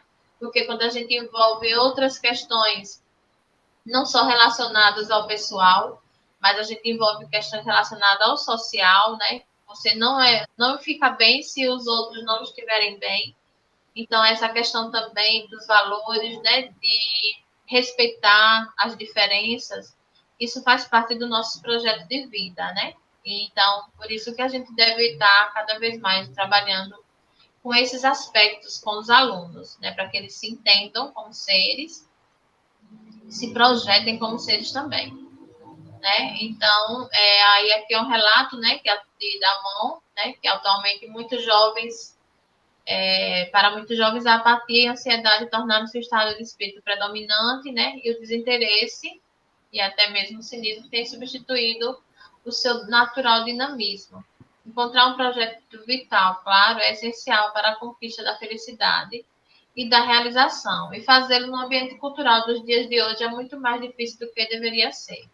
A menos que façamos questões sobre o sentido de suas ações, sobre o objetivo maior que dá significado ao esforço cotidiano, sobre a preocupação máxima de vida como elemento central de nossas conversas com os jovens, pouco poderemos fazer para que não permaneçam confusos, né, sem rumo, inseguros e ansiosos. Então, é nessa condição nossa, né, com relação aos nossos objetivos enquanto professores, né, enquanto seres humanos, que desejamos que o próximo se realize, né, que conquiste seu espaço, que construa seus sentidos para a vida, né, a partir das suas inspirações, de suas motivações, ele possa projetar, né? A gente, assim, quando pergunta para os nossos alunos qual profissão você pensa em seguir, né, carreira? Vocês querem ser professor, né? Vocês querem ser advogado? Vocês querem... E aí eles vão, né, relatando e a gente vai dialogando sobre as profissões, a importância. Eu lembro que a gente teve... Eu fui com a professora Dilma no ano passado, não. 2018, nós fomos lá no IFES, né, para os alunos do 9º ano conhecerem as profissões, né, e assim, conhecerem os cursos, na verdade, técnicos, profissionalizantes, para que eles se motivassem e já fossem escolhendo o que queria fazer no ensino médio, né. Então, são perspectivas importantes da gente estar apresentando e eles conhecerem. Então, eles conheceram o Instituto, teve palestra, e foi bem bacana, porque aí desperta, né, nos alunos a capacidade de escolha, né, e de se identificar com determinados cursos. Isso é importante, né, para não se jogar sem motivação alguma, sem experienciação nenhuma, né, e acreditar naquilo que ele pensa em fazer. Eu tive também diálogo com alguns alunos daqui da rede municipal, né, em especial do Costa Melo, e foi muito bacana esse diálogo com eles. E aí, quando a gente perguntava, porque tinha muitos alunos, Dayana, inclusive, que gostavam de jogos, né? E eu perguntei, o que é que você faz com os jogos? Ele disse, eu aprendo, né? Aprendo a utilizar estratégias, eu aprendo a ser rápido, eu até já consigo desenvolver jogo. Veja, morri, né, na hora. Doida para desenvolver um jogo, o guri já desenvolvendo. Mas morri no bom sentido, né? Achei bem bacana, bem legal. E ele disse que estava fazendo isso, ele ia para a Lan House, né? Porque na casa dele não tinha computador, ele ia para uma Lan House. E na Lan House ele ia ali aproveitando para estar desenvolvendo, jogando, né? Que ele ia jogar, mas ali ele também já estava utilizando algumas estratégias de estar desenvolvendo. Aí uma empresa disse que convidou ele, um adolescente, né? Menino, 14 anos, 13 anos. E ele disse que estava trabalhando com esse pessoal, né, e estava começando a desenvolver jogo. Então, veja, né, esse adolescente sendo incentivado, acreditando na potencialidade dele, é um futuro programador de jogo excelente, entendeu? E, assim, uma profissão hoje, né, pelo menos na atualidade, muito boa, muito frutífera no sentido de ter campo de trabalho para ele, né? Participar de Olimpíadas, ganhar, né? A gente aqui teve da escola pública, a gente falando em parceria com tanto família quanto empresa, a gente teve aqui, por exemplo, no estado de Sergipe, ganhadores de robótica da escola pública, né? Que foi do IFES e foi de outra escola pública da rede estadual. Certo? Então, assim, é investir mesmo nesses jovens, fazer com que eles acreditem nos sonhos e nas habilidades que eles têm. Por isso da importância de estar trabalhando. Quer falar, Ana Lúcia? Pode falar. Sim, no início do ano letivo, agora de 2020, a escola em que eu trabalho também fez um acolhimento onde ele deixava que todos os alunos falassem e escrevessem sobre os seus sonhos e qual a importância da escola para eles, né? E cada um relatou e disse qual a expectativa e quais seriam seus sonhos para o futuro. E isso é muito interessante, porque eles sentem que são protagonistas e que fazem parte desse mundo e que são importantes também, né?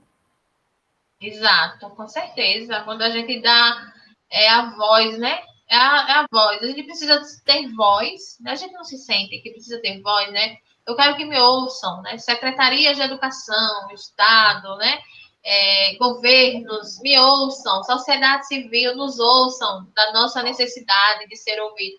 Os nossos alunos também precisam ser ouvidos, né? Então, não estamos ali para engessar, não. A gente precisa levá-los a construir sentido para a vida dele. Então, o que é que você pensa, né? Diga aí, vamos refletir sobre.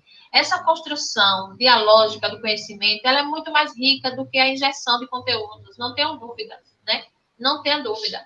É muito mais produtivo quando você dialoga. Eu me apaixono, por isso que eu gosto do que faço em termos de pesquisa e aula em si. Mas a pesquisa me motiva de tal forma que eu dialogo com esses jovens, eu dialogo com vocês, professores, que me faz bem, né? Que eu sou professora, eu gosto de dialogar, desabafar com vocês, assim como vocês, porque isso nos enriquece, entendeu? Isso nos diz assim, quais são os nossos pontos, né? Primordiais para melhorar. Quais são os nossos pontos fracos e nossas potencialidades que a gente precisa estar aqui dialogando e ouvindo o outro. Às vezes a gente tem colega, por exemplo, de trabalho que está tão transtornado, né? E quando fala, diz, já vem essa professora, esse professor chato, né? Já vem ele falar de política, né? Já vem ele falar, vai reclamar de material. Mas, minha gente, nós precisamos ouvir, certo? Porque nós somos seres humanos e que temos nossos problemas individuais. Então, assim, não adianta a gente estar recriminando, nem ignorando, porque cada um tem suas fragilidades e só cada um sabe o que passa para poder estar desabafando determinados assuntos que a gente sabe que nós vamos resolver, né? Por exemplo, porque a escola não tem dinheiro. E eu não vou saber, porque eu não faço parte desse grupo de finanças para poder saber, por exemplo, mas a gente pode buscar saber juntos, né? Porque nós somos colegas, nós somos professores, vamos procurar saber dessa discussão, porque eu sou do lado do professor sempre e do aluno, entendeu? Sempre, porque eu sou professora, eu sei o que a gente passa, né? Então, eu estou no apoio, mesmo ele estando ali naquele momento fragilizado, né? Falando. Ontem eu fiz uma aula com um aluno, o aluno começou a brigar, né? Assim, foi no ensino superior. O aluno começou a reclamar da gestão. Eu vou resolver problema de gestão? Não vou, mas eu vou tentar resolver aquele momento que ele está ali inquieto, né? Desgostoso. E aí vou tentar acalmar, entendeu? Porque é nosso papel dar voz a ele, mas também fazer com que ele se acalme, né? Naquele alvoroço, porque aí a gente vai seguindo. A mesma coisa nossos pequenos, nossos jovens que querem ter uma profissão, querem ganhar seus dinheiro, né? Ele diz, eu quero ter dinheiro, eu quero ter minha casa, né? Eu quero dar uma condição de vida melhor para minha mãe, para meu pai, para meus irmãos. eu quero ter um carro, né? É isso que, É isso é mesmo, isso que eles sonham, entendeu? Um sonho nosso, não foi o nosso sonho? Ou a gente não sonhou isso? Porque eu sonhei isso. E ser ouvido é muito importante. Em qualquer situação, ser ouvida. Olha, eu tenho amigas que ligam para mim com algum tipo de perturbação. Eu vou ser sincera e já digo a ela depois quando ela se acalma. Eu deixo no Viva Voz e fico fazendo minhas coisas, porque eu deixo ela desabafar, que ela passa meia hora, entendeu? Perturbação. Então eu deixo ela falar, porque não vou falar nada ali, porque o momento é dela falar, né? E eu sei que eu tô ajudando, porque depois ela diz só você para me aguentar mesmo. Depois que se acalma, né? Que aí eu deixo falar, porque faz parte do nosso desabafo, né? E aí depois sim a gente diz nossa posição, quando a pessoa tá melhor, nesse caso falando, né? Nessas situações. E é sempre bom dar vez à pessoa, entendeu? Nós temos esse direito, né? De falar e temos o direito de ouvir também, e o dever. É isso. Verdade. Então, veja aí, podemos passar aqui, né, esse projeto de vida na formação do professor, que também aqui só vai falar essa questão do papel, certo? De transformador, que a gente já começou agora, né? Desse aluno ser protagonista, porque ele vai estar desabafando e dizendo quais são os interesses dele. Aqui vai falar da BNCC, que a gente já tratou também, né, das competências 6 e 8, que vai trazer. Aí ele fala aqui que é interessante que o professor dedique algum tempo para fazer uma autorreflexão, né? Realmente, para a gente orientar e ajudar esse aluno. Porque como a gente trabalhando, por exemplo, lá no modo personalização, nesse aspecto de personalização, a gente vai conhecer as necessidades de cada aluno. Então, conhecendo as necessidades, a gente vai fazendo uma autorreflexão e dialogando com essas necessidades para ajudar a esses alunos, né? Então, ele realmente ele ajuda no sentido de dar força positiva para eles acreditarem em si. É muito importante que eles acreditem na sua capacidade. Eu acredito muito na capacidade, sabe? A gente diz assim, nossos alunos da escola pública realmente eles são restritos de muita coisa, mas eles também têm muitas potencialidades, né? Eles são muito criativos, eles refletem muito junto conosco. Basta a gente instigá-los, né? Porque se você tiver aquele diálogo legal com eles entram numa vibe, vamos dizer assim, bem reflexiva e coerente também com a realidade, né? Basta a gente acreditar. Eu digo sempre, eu trabalho de forma com meus alunos, mesmo pequeno, mas eu instigo ele ao processo de reflexão, sabe? De diálogo. Não vou ultrapassar a idade deles, que eu sei, mas no limite do aspecto cognitivo deles, socioemocional, eu chego até onde eu posso para tentar, sabe, incentivá-lo. Eu tento fazer isso. E eu sei que a maioria de nós também tentamos. Então, aqui a gente vai ver essa situação problema, tá? Que é curtinha mesmo, essa situação do projeto de vida, né? Uma professora precisa compartilhar o desenvolvimento de seus alunos durante o ano com os responsáveis e, ao mesmo tempo, manter o registro. No caso, quando a gente vai trabalhar com projeto de vida, é importante compartilhar, né, e manter esse registro que foi vivido junto com esse grupo, para que os professores do ano seguinte eles possam dar continuidade. Porque se eu estou trabalhando em projeto de vida e eu estou desenvolvendo, é importante que nos próximos anos os professores continuem com aqueles resultados anteriores, né, tenham aquele diagnóstico até onde eles foram, para que eles continuem a motivação, continuem reforçando a importância de projetar-se na vida. E ele fala que uma das possibilidades é essa, trabalhar com o conceito de projeto de vida, né? Que é propor, que construa esses portfólios, né? Quando eu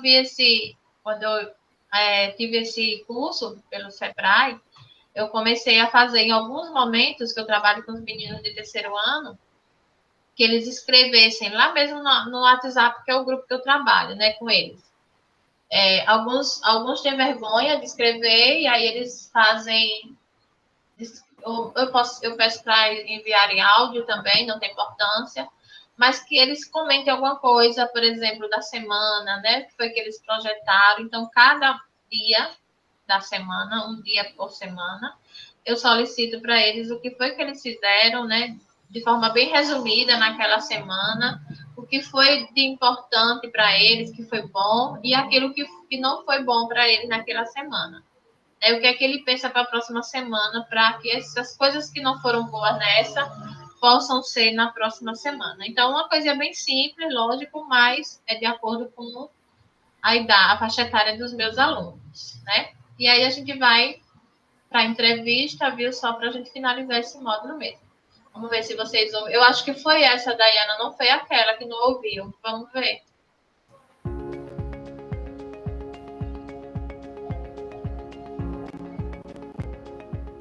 Olá, eu sou Ana Flório e vou conversar um pouco. Tá com áudio também. Tá com áudio. Sânia, fala um pouquinho. Pronto, ótimo. Foi esse. Boa tarde, Ana. Boa tarde, cursistas.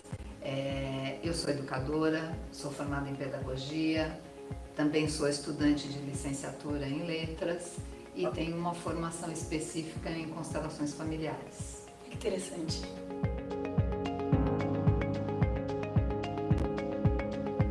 Bom, a Sâmia já é tutora do curso Projeto de Vidas desde 2017.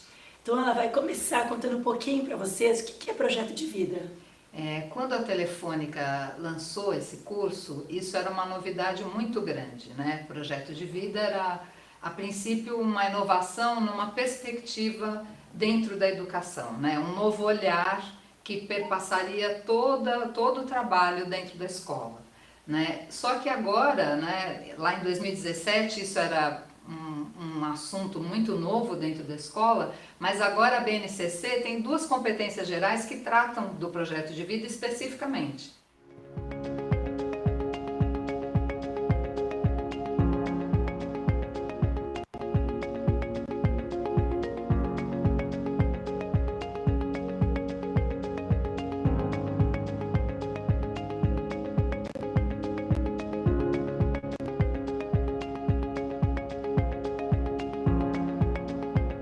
Quais foram as principais contribuições que você pôde perceber enquanto tutora que este curso causou aos professores que realizaram o curso? Olha, a primeira contribuição e a mais notável foi trazer o tema para os educadores, né? Professores, gestores, estagiários, estudantes, porque era um tema muito novo nesse universo escolar. Ninguém sabia muito bem do que se tratava. Então, eu acho que teve essa grande contribuição, o curso, né? De trazer o tema e esclarecer, falar sobre isso. Houve alguma postagem interessante que algum cursista relatou que você gostaria de nos contar? Em um dos grupos, né, em que eu fui tutora, um cursista relatou uma experiência com uma horta orgânica, que as famílias participaram junto com a comunidade escolar, os alunos, os funcionários, e depois todos puderam colher, as crianças comeram na escola e também as famílias puderam levar para casa tomates orgânicos que todos plantaram juntos. Interessante essa integração, né? Sim. Família, escola, comunidade, bem bacana. Você percebe que as escolas estão trabalhando com o projeto de vida de forma estruturada ou apenas pontualmente em atividades esporádicas? Como você tem percebido? Olha, eu percebo, o tema é muito novo para as escolas, né? Embora a BNCC traga nas competências gerais, a BNCC também é algo muito novo nas escolas. Então, não vi nenhuma experiência estruturada, né? Tem algumas experiências pontuais que começam a trabalhar, né? Algumas até tendo isso, o projeto de vida como disciplina, mas são raros, são casos bem pontuais. De uma maneira geral, eles estão conhecendo esse tema e muito ávidos, né, por saber mais e poder começar a trabalhar com isso nas escolas. Qual que tem sido a maior dificuldade que os professores relataram para você ao trabalharem com o projeto de vida nas escolas? Olha, eu acho que a maior dificuldade é justamente a falta de conhecimento, né? Por isso, assim, a gente tem bastantes inscrições nos cursos de projeto de vida, porque todos estão sendo um pouco cobrados para trabalhar com isso e não têm um conhecimento do tema, né? Então isso eu acho que é a maior dificuldade inicial, é uma dificuldade inicial, porque pouco a pouco eles começam a trabalhar e inclusive agora o PNLD do ensino médio já vai ter uma compra de livro de projeto de vida. Então, isso começa a entrar nas escolas e fazer parte do cotidiano. Então, eu acredito que seja uma dificuldade inicial da novidade que é o projeto de vida nas escolas. Nossa, é tão importante trabalhar desde pequenininho, né? Sim. Esse autoconhecimento. Sem dúvida. E isso, inclusive, era uma dúvida que surge, né? É comum surgir porque o público, né, do curso Projeto de Vida é muito diversificado. Você tem professores desde educação infantil, ensino fundamental, ensino médio. Então, muitas vezes, os professores que trabalham com crianças pequenas dizem: ah, mas isso não se aplica ao meu caso, porque são pequenos ainda. E aí, por isso é tão importante a troca nos fóruns e a tutoria, né? Porque aí a gente esclarece, fala: não, o projeto de vida é para ser trabalhado desde pequenos e mais do que isso, né? Além disso, eu sempre deixo muito claro para os educadores que esse trabalho com projeto de vida começa consigo mesmo, com o próprio educador, né? É muito importante que o educador faça esse trabalho consigo mesmo, né? Quem eu sou, de onde eu venho, o que eu sonho, como cheguei até aqui, né? Porque se ele tem essa clareza, essa consciência de fazer esse trabalho consigo mesmo, é muito mais simples ele poder aplicar com os alunos, né? Ele vivenciou, né? Exatamente. Ele tem uma experiência para compartilhar, né? Como você tem percebido o impacto que o projeto de vida tem resultado nas escolas que já trabalham com ele? Olha, são poucas as escolas que já trabalham, né? Mas as que trabalham, o impacto é bastante positivo, porque ele acaba integrando, né, todas as pessoas que fazem parte, né, da comunidade escolar. Então, se você não está lá só para olhar para os alunos, mas se você olha para si mesmo, olha para os colegas, olha para os alunos, olha para as famílias, olha para a comunidade do entorno, é um trabalho muito integrador. Então, o impacto é muito positivo, né? Porque vai ampliando esse olhar para o trabalho em comunidade, né? Que uma escola deve ser. Você teria algum relato para nos compartilhar de algum professor que lhe tenha chamado a atenção acerca do processo de escuta de seus alunos durante o trabalho com o projeto de vida? Olha, eu me lembro eu não vou me lembrar exatamente de onde era essa escola, eu tenho assim uma vaga memória de que era no Rio de Janeiro, não na cidade do Rio de Janeiro, mas no entorno, né, numa cidade do interior do Rio de Janeiro, de uma professora que relatou ter uma turma muito difícil, né, que ninguém sabia muito bem como lidar com eles, né, que era uma turma já de adolescentes, e que quando chegou, ela começou a fazer o curso, ela teve essa ideia, levou para a coordenação de escutar os meninos, né? Escutar aqueles alunos, dar voz a eles, né? E ela pôde relatar, enquanto estava fazendo o curso, como isso modificou o comportamento daquela turma, né? E a partir do momento em que eles tiveram voz, como aquilo foi ficando diferente, né? Eles começaram a poder lidar, porque sabiam com quem estavam lidando. Né? Tava faltando escutar os meninos, né? Estava se sentindo pertencente, né? Exatamente. Legal. Finalizando, você já tem trabalhado com o curso Projeto de Vida há algum tempo. Como ele impactou a sua própria vida enquanto educadora? Olha, eu sinto que é um novo olhar, sabe? A gente, primeiro, como eu sempre digo para os cursistas, olhar para mim mesma, né? Olhar para a trajetória, para o percurso que eu fiz até aqui. Né? E quando olho para mim, cada aluno, cada educando que está na minha frente é esse mesmo universo, né? Um universo de muita riqueza.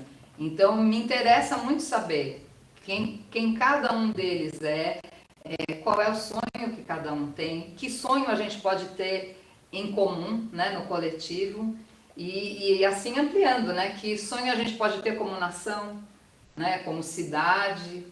Enfim, para mim tem um impacto muito positivo de ampliar os horizontes e de ampliar o meu olhar como educadora. Sâmia, no começo você comentou que fez um curso de constelação familiar. Como a constelação familiar ajudou você nesse processo enquanto tutora do curso de Projeto de Vida? Sim, esse trabalho com constelações familiares, eu sou facilitadora, é um trabalho feito em grupo e que olha para o indivíduo de acordo com a comunidade de onde ele vem, com a família de onde ele vem. né? Então eu já trago como educadora esse olhar, né? Que não olho só para a criança, mas para todo o universo que a criança traz consigo, né? Todo esse repertório familiar que ela traz, né? Então, para mim foi muito feliz, né? Essa conjunção mesmo, né? De poder trazer esse trabalho que eu faço paralelamente e trazer esse olhar junto com o projeto de vida, né? Na perspectiva do projeto de vida. Olhar para a criança e enxergando atrás dela a família de onde ela vem, a comunidade a qual ela pertence, né? E que isso tudo está dentro do contexto escolar, né? Faz parte e é importante que faça parte. Obrigada, Sâmia. Muito interessante as escolas já trabalharem em projeto de vida, né? Uma questão tão importante na formação do indivíduo, para ele se contextualizar enquanto ser atuante na sociedade. Então, é um trabalho, acho que, fundamental, que agora a nova BNCC trouxe justamente para dar esse suporte para as escolas. E eu acho que vocês vão gostar muito do curso. Espero que vocês aproveitem bastante. Obrigada, viu, Sâmia? Eu que agradeço e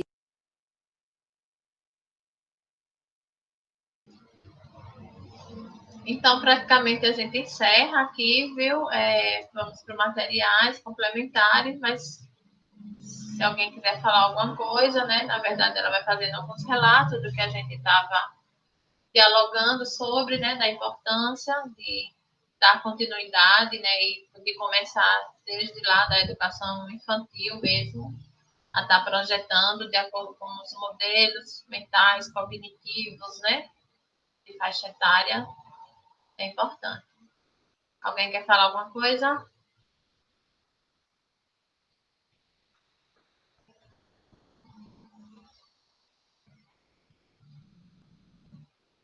Tá tudo tranquilo, Ana Lúcia, com relação às bolinhas,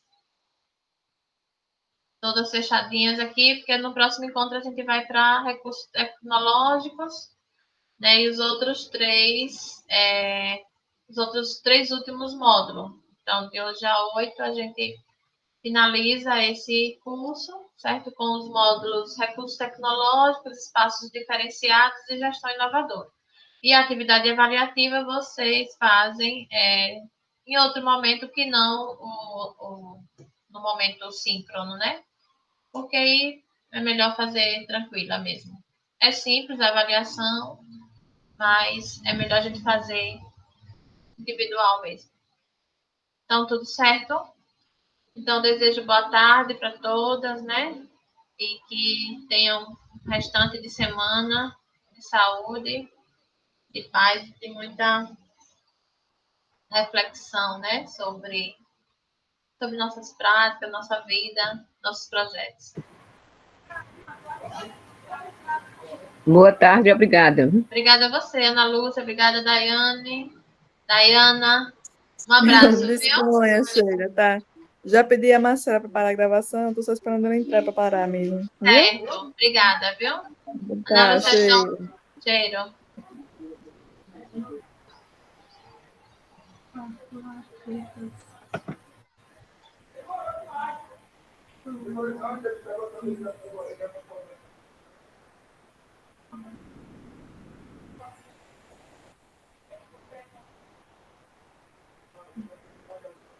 Não sei da reunião, deixa eu ver.